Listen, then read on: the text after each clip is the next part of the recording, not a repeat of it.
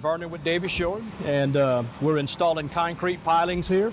We're at a car lot. They're doing an addition on here, an expansion.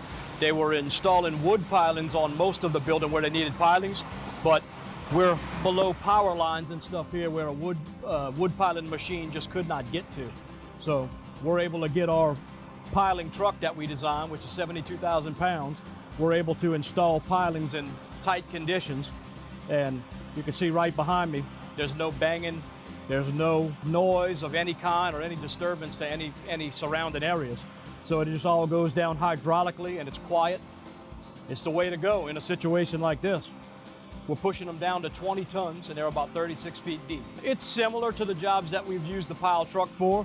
We have a little bit more open area here. I mean, we've been in tighter spaces with it, but there's no way it could have been done with a different pile system.